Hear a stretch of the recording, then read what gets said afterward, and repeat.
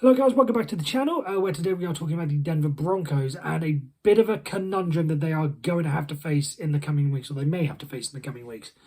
Now, as we know, the Denver Broncos are currently 1-4. All this talk about, Sean Payton when he came in, whether or not he'd be able to revolutionise the franchise like he did with the New Orleans Saints and turn Russell Wilson into the next Drew Brees and finally get them moving up and competitive, a state they haven't been since the Peyton Manning days, is clearly not working. Now, I don't think they're going to be in a situation where they were last year, where they fire their head coach before the end of the season, but they have a lot of questions that they need to have answered. It does surround the quarterback, but not in the way you might think, because if you look at what the Denver Broncos have been doing, and you might think, they're 1-4. Oh, Russell Wilson still hasn't managed to get back to the state that he was with the Seahawks, and this big gamble has failed and everything. On the surface, it might look that, but when you look into it, it's actually not that bad. Just pick these stats out from Pro Football Reference rather. He's 4th in passer rating this year. He is 13th in yards per game, and he is 2nd in the NFL when it comes to percentage of passes that are thrown for touchdowns. So whatever way you might want to look at least on the field, Russell Wilson is not the problem. On the field, he's not the problem. Off the field, though, I think there may need to be a bit of a conversation that needs to be had. If you look at the Broncos and what is coming up for them, I'll just look at their schedule. They play the Kansas City Chiefs this week on Thursday Night Football. Then they play the Packers, who are by no means a pushover.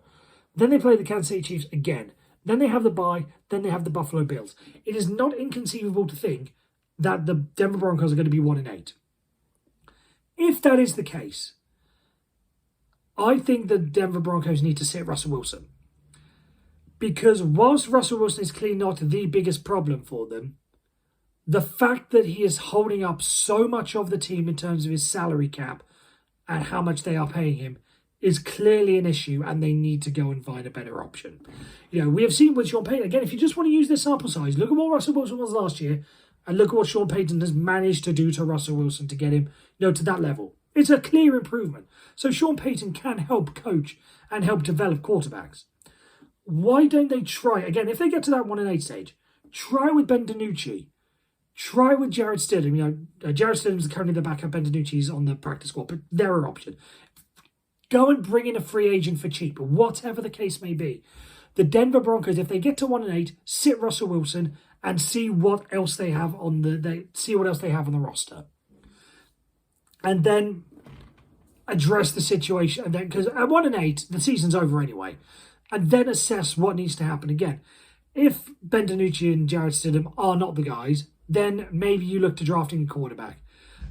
If you can try and get rid of Russell Wilson's contract, maybe there's going to be a team that looks at, off the top of my head, the Minnesota Vikings, with what's going on with Kirk Cousins, it looks as if he might be trending towards leaving at the end of the season. Maybe the Vikings want to take him on and say, we'll give him a go, maybe because it's indoors, he can be a lot more productive, whatever reason you want to come up with.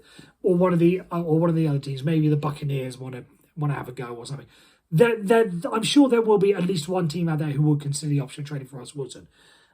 And then you go with a Caleb Williams, you tank for Caleb Williams.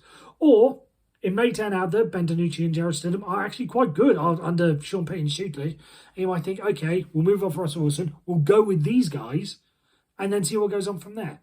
So the next couple of weeks are going to be very interesting, and if they fall a certain way, which, again, the schedule looks tough, that could very well fall that way. And if Jarrett Stidham and Ben DiNucci rather, manage to take that step and are looking at least competitive, then I think the Denver Broncos are going to look to move on from Russell Wilson at the end of the season in one way or another.